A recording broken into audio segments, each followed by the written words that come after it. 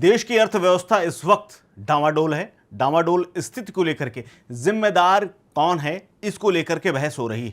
विपक्ष सरकार पर लगातार निशाने साध रही है और असफल बता रही है। लेकिन इसी बीच में सरकार में शामिल रहे उन तमाम लोगों ने अब अपना मुंह खोलना शुरू कर दिया है, जिन्होंने सरकार को अर्थव्यवस्था को लेकर के तमाम नसीहतें दी हैं, तमाम बातें बताई हैं और उसी आधार पर सरकार ने तमाम कदम उठाए। सरकार के साथ काम कर चुके अर्थशास्त्री भी अब निवेश माहौल, विकास दर और रुपए की कमजोरी पर गंभीर सवाल उठा रहे हैं। और ये पहली बार नहीं। आरबीआई की पूर्व गवर्नर रघुराम राजन, अब अरविंद सुब्रमण्यम और सुरजीत भल्ला जैसे विशेषज्ञ लगातार इस बात को दोहरा रहे हैं कि भारत को केवल राजनीतिक स्थिरता नहीं बल्कि भरोसेमंद आर्थिक संस्थाएं, स्थिर नीति ढांचा और निवेशक अनुकूल माहौल बनाना बेहद जरूरी है, क्योंकि हालात बेहद गंभीर हैं। आने वाले समय में सरकार इन चेतावनियों को किस तरह से लेती है, ये देखने वाली बात होगी।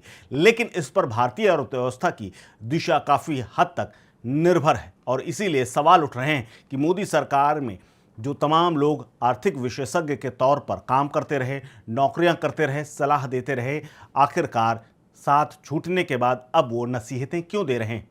इसके अलावा सवाल ये भी है कि क्या भारत की अर्थव्यवस्था वाकई में बेहद गंभीर अवस्था से गुजर रही है। भारत की अर्थव्यवस्था को लेकर के इन दिनों लगातार सवाल खड़े हो रहे हैं, लेकिन दो बड़े अर्थशास्त्रियों की टिप्पणियां सबसे ज्यादा इस वक्त पूरे देश में चर्चा में हैं। सुरजीत भल्ला और अरविंद सुब्रमण्यम, ये दोनों कभी मोदी सरकार की आर्थिक सोच के करीबी और बेहद खास चेहरों में गिने जाते थे।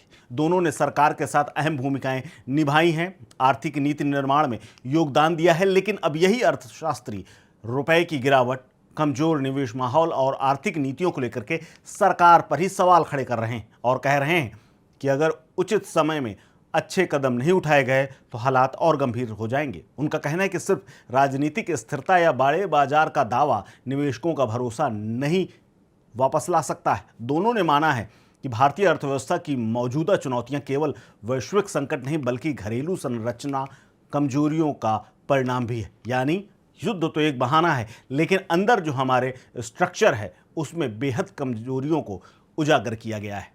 इसके अलावा रुपया क्यों कमजोर हो रहा है, इसको लेकर के बड़ी बात कही गई है। भारत की अर्थव्यवस्था को लेकर के सबसे बड़ा सवाल यही है कि लगातार रुपया कमजोर हो रहा है, डॉलर मजबूत हो जा रहा है और 100 की ओर बढ़ रहा है।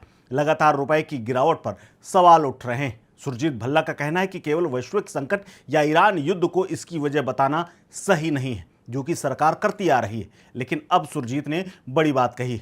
उनके मुताबिक रुपए की कमजोरी ये दिखाती है कि केवल निवेशकों का भरोसा भारतीय अर्थव्यवस्था पर पहले जैसा मजबूत नहीं रहा है।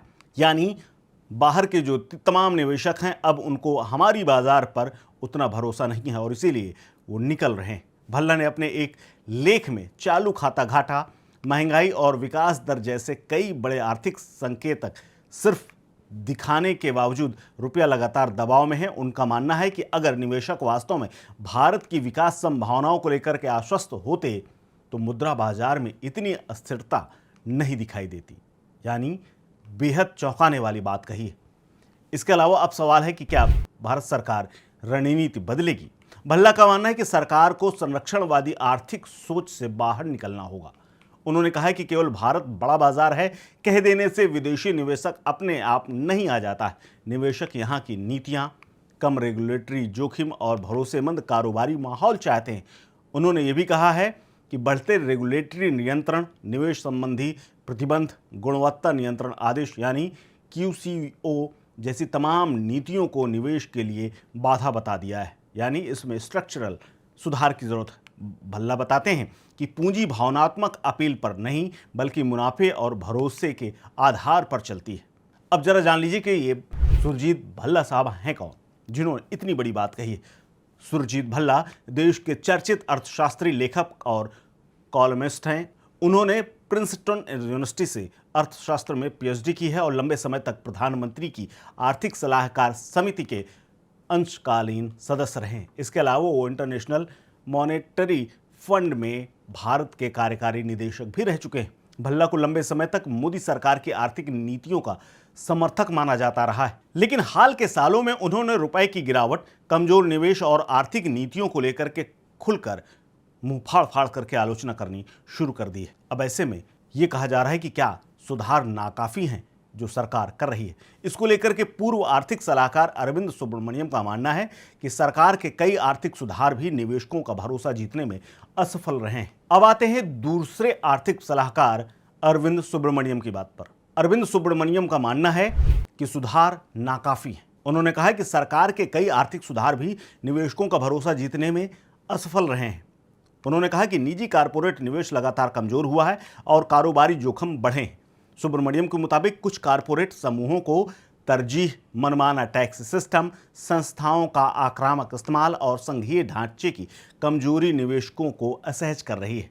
उनका मानना है कि केवल नई नीतियां घोषित करना काफी नहीं है, बल्कि आर्थिक नेतृत्व और प्रशासनिक सोच में भी बदलाव बेहद जरूरी है। और ये अरविंद सुब्रमण्यम कौन है, जरा ये भी जान लीजिए।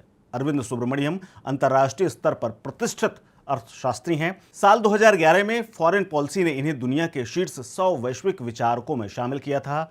उन्होंने 2014 से 2018 तक मोदी गवर्नमेंट में मुख्य आर्थिक सलाहकार यानी CEA के रूप में काम किया है।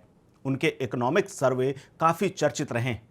मौजूदा वक्त में ब्राउन यूनिवर्सिटी में सीनियर फेलो हैं। सरकार से अलग होने के बाद उन्होंने बेरोजगारी, निवेश संकट, GDP आंकड़ों और आर्थिक नीतियों को लेकर के कई बार सवाल पूछे। अब बात यह है कि दो बड़े सलाहकारों ने जिन्होंने सरकार के साथ काम किया है, वही अगर इन सारे तमाम वादों, तमाम बातों को नाकाफी बता रहे हैं तो सरकार को इसे गंभीरता से लेना चाहिए, क्योंकि स्थिति गंभीर है और इसे अगर जल्द निपटा नहीं गया तो भारत और पिछड़ता हुआ नजर आएगा। भले ही हमारी डेवलपिंग इकोनॉमी तेजी से बढ़ रही हो, लेकिन हालात धरातल पर वैसे नजर नहीं आ रहे फिलहाल इन निवेशकों की और इन तमाम विशेषज्ञों की नज़र में जैसे बताए जा रहे हैं।